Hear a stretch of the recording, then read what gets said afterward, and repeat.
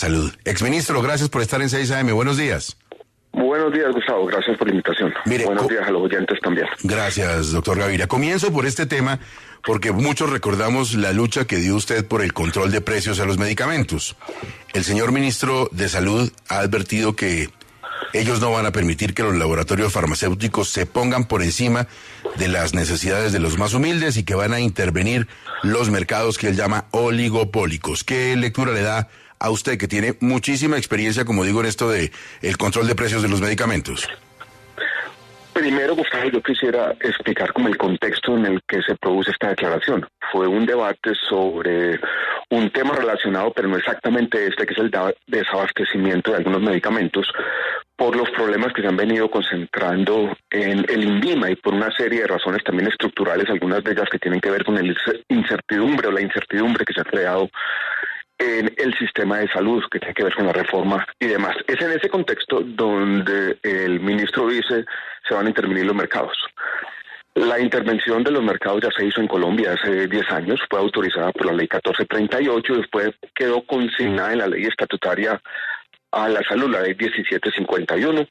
Se hace sobre todo en los mercados monopólicos, en los mercados donde existe concentración, con base en un índice, y se hace con base en una comparación internacional. Hay un grupo de 25 en 30 países de referencia, se observan los precios en estos países, se compara con los de Colombia, y después, según la regulación establecida, se llega a la conclusión de que Colombia no puede tener un precio más allá del tercer o cuarto país que tiene el precio más bajo, y así se ha hecho siempre. Eso no es una noticia. Lo que me parece un poco extraño es la bravuconada del ministro, la forma para una política que está consolidada en Colombia hace más de 10 años. Y que en un año ya largo de gobierno no se ha hecho nada. Y se anuncia como si esto fuera pues una gran innovación, que no lo es. Ya se ha hecho en Colombia, se ha hecho con éxito, vuelvo y repito, por muchos años. ¿Cómo están funcionando hoy los laboratorios, los precios? Ustedes desde la barrera le da una mirada, ¿han sido juiciosos? ¿No lo han sido? Gustavo, hay como dos aspectos importantes en esto. Primero, hay en el INVIMA un problema muy grande de la acumulación de registros sanitarios. Esto es, hay un nuevo medicamento contra una enfermedad crónica, supongamos cáncer, una forma de cáncer de pulmón, se presenta el registro sanitario y ese proceso puede tomar años, 2 o 3 años. Entonces, algunos pacientes colombianos no tienen, la gran mayoría no tiene acceso a estas nuevas tecnologías. Ese es un problema. El otro problema, Gustavo, esos nuevos medicamentos vienen con precios muy altos y por lo tanto la regulación de precios de medicamentos tiene que actualizarse cada cierto tiempo. Si uno regula un conjunto de principios activos o medicamentos, llegan unos nuevos, hay que volverlos a regular. Y es ese proceso el que está suspendido. Los precios de algunos de los medicamentos siguen siendo muy altos. Hay una característica de los mercados farmacéuticos globales. Yo la llamo un divorcio entre valor y precio. Muchas veces el valor agregado, por ejemplo, en años de vida ganados para un paciente no es muy alto y los precios siguen siendo muy altos globalmente. Por eso se requiere la regulación y por eso Colombia la implementó, la puso en práctica hace 10 años. Y yo no estoy en desacuerdo en el fondo con lo que dice el ministro. A mí lo que me parece es que hay una especie de anuncio en un tono alterado, que cuando se requieren sus acciones es ponerse a trabajar, que el INVIMA haga su trabajo, no tiene director desde el inicio del gobierno, y que el Ministerio de Salud implemente la política farmacéutica, sin gritos, con método. Con método y con razones. Vanessa, usted muy temprano nos hablaba de la famosa proposición de modificación del artículo 70 en lo que tiene que ver con la administradora de recursos de la salud, la famosa ADRES. Ahí le escucha el exministro Gaviria, Vanessa. Doctor Gaviria, ¿cuál es el tema, digamos, por qué este artículo 70, comentábamos más temprano que termina siendo como el gran banco de la salud, la ADRES, un fondo público muy, muy grande, un gran banco estatal, ¿por qué genera tanta inquietud? ¿Es necesario? Yo creo que genera mucha inquietud, Vanessa. Primero, que yo creo que parte de un diagnóstico equivocado. Los problemas del sistema de salud no solamente son de flujo de recursos, no son que se quedan en la CPS, es que hay un problema mucho más complejo estructural de solvencia, de que los recursos no alcanzan. Y yo creo que genera entre los conocedores mucha inquietud, porque en el fondo lo que está haciendo este artículo 70 es repetir una historia que el país ya vivió y que fracasó y que fue muy complicada.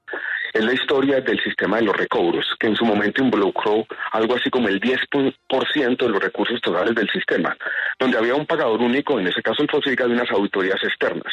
Y los incentivos estaban alineados de todos los agentes para pasarle la cuenta a ese pagador único. Y esta historia se va a repetir no para el 10% de los recursos del sistema, sino para el 100%.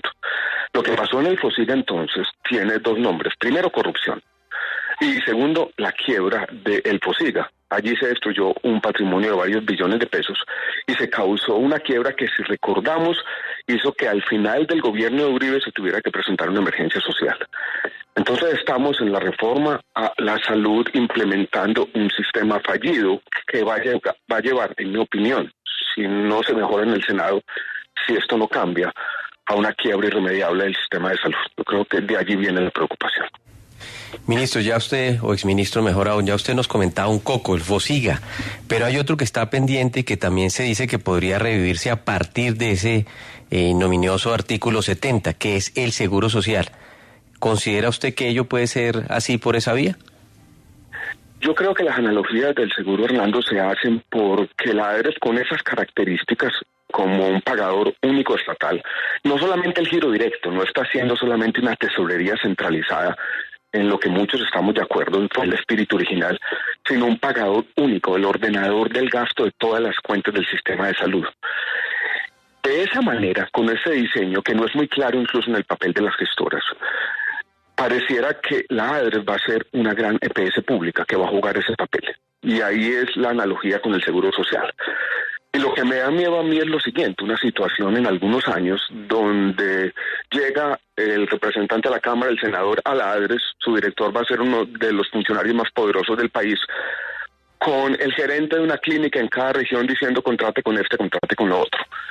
O sea, que esto lleve a la politización de la totalidad de la contratación del sistema de salud. Y ese fue el escenario del seguro, que las decisiones de contratación con clínicas y hospitales eran políticas, y este era un reducto político de algunos grupos que iban cambiando.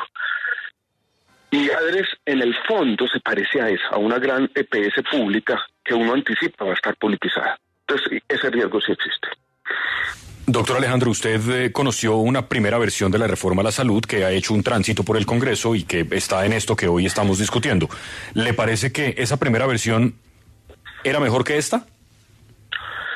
La primera versión era una versión un poco más clara que esta. No aparecían las EPS, se convertían en gestoras, aparecían con 2 o 3 funciones muy secundarias, muy subordinadas a todo.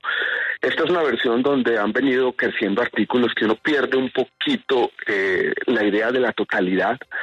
No hay en esta versión, Jorge, una idea clara de cómo funciona el sistema de salud, de cómo están alineados los incentivos, de cuál es el papel de los diferentes agentes. Por eso la metáfora manida de que esto es un Frankenstein puede utilizarse. Yo no diría que es peor, pero yo diría que sigue siendo mala. Y sigue teniendo muchos riesgos sobre el futuro. Involucra o uno puede intuir riesgos grandes sobre la sostenibilidad del sistema de salud y, por lo tanto, sobre la atención en salud de todos los colombianos. Ahora, usted fue ministro de Salud durante 6 años. ¿Cómo vive haber sido parte de un gobierno, en este gobierno, como ministro de Educación, que está volviendo triza lo que usted hizo como ministro de Salud durante 6 años? Yo quisiera hacer, antes de responder la pregunta, una reflexión que se me ha hecho a mí muchas veces y una crítica que se hace, y es, bueno, usted fue ministro de Salud 6 años, ¿por qué no se resolvió este tema plenamente? Y la respuesta sincera, la única respuesta sincera que uno puede dar es porque estos problemas de sostenibilidad de los sistemas de salud no tienen una solución definitiva. Requieren un manejo permanente, requieren acciones continuadas. No hay ningún sistema de salud del mundo que diga ya resolví este problema, ahora puedo dormir o vivir tranquilamente. Esto requiere este tipo de acciones, por ejemplo, las regulaciones de los precios de los medicamentos que tienen que hacerse todo el tiempo. Y voy a decirlo de esta manera, todos los sistemas de salud del mundo que medio funcionan, que son incluyentes y atienden a la gente, tienen problemas financieros, muchos de ellos están quebrados.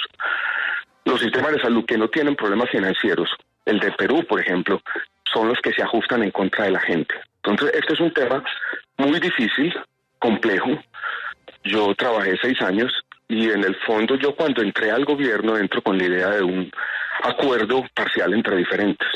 donde iba a haber flexibilidad programática, donde este tipo de discusiones que estamos tratando de tener hoy en día se iba a dar al seno del gobierno. Cuando se presentó la primera versión de la reforma, yo levanté la mano en el Consejo de Ministros, planteé unas preocupaciones, un grupo de ministros hicimos lo mismo y salimos del gobierno. Esa ha sido la historia, no tiene otra forma distinta de contarse. Doctor Gaviria, ahora que usted menciona quiebras, yo le quiero preguntar por la situación de Sanitas. Sanitas insiste en que el gobierno le adeuda una gran suma, el gobierno insiste en que está al día. ¿Usted cree que hay una intención del gobierno de que la EPS Sanitas no sea capaz de salir de la situación en la que está? La EPS Sanitas tiene 6 millones de afiliados. Es una EPS que en general, en la época que yo fui ministro de Salud, funcionó bien. Lo digo objetivamente, con base en los indicadores de acceso, por ejemplo, de sus afiliados. Hay unas deudas que ya ha reconocido el gobierno, sobre todo con lo que se llama presupuestos máximos, que son los medicamentos por fuera del plan de beneficios para el año 2022. Creo que la deuda con Sanitas se acerca a los 90.000 millones de pesos.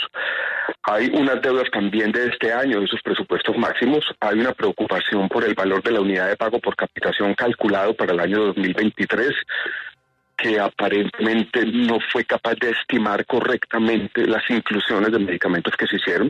Esto es una conversación. Lo que me preocupa a mí es que de parte del gobierno parece haber no apertura a esa conversación. Y algo que yo nunca había visto en mi trayectoria en el sector público. Es desde la cabeza del Ministerio de Salud y Protección Social. Un esfuerzo deliberado y obsesivo por acabar la confianza pública en un agente del que depende la salud de tanta gente. A mí eso me parece extraño, es como una obsesión. O sea, es como si uno tuviera un superintendente financiero queriendo crear una crisis bancaria. Nunca había visto yo eso. Si el gobierno tiene algo, los organismos de control deberían actuar, pero no. El ministerio no es un organismo de control y su labor fundamental es mantener la confianza pública en el sistema de salud, no menoscabarla, no acabarla. Porque parte de los problemas que está teniendo Sanitas es que la gente comienza a intuir o anticipar una intervención y le dejan de prestar servicios o le dicen me tiene que pagar todo ya, cosa que es imposible por el funcionamiento mismo del sistema de salud.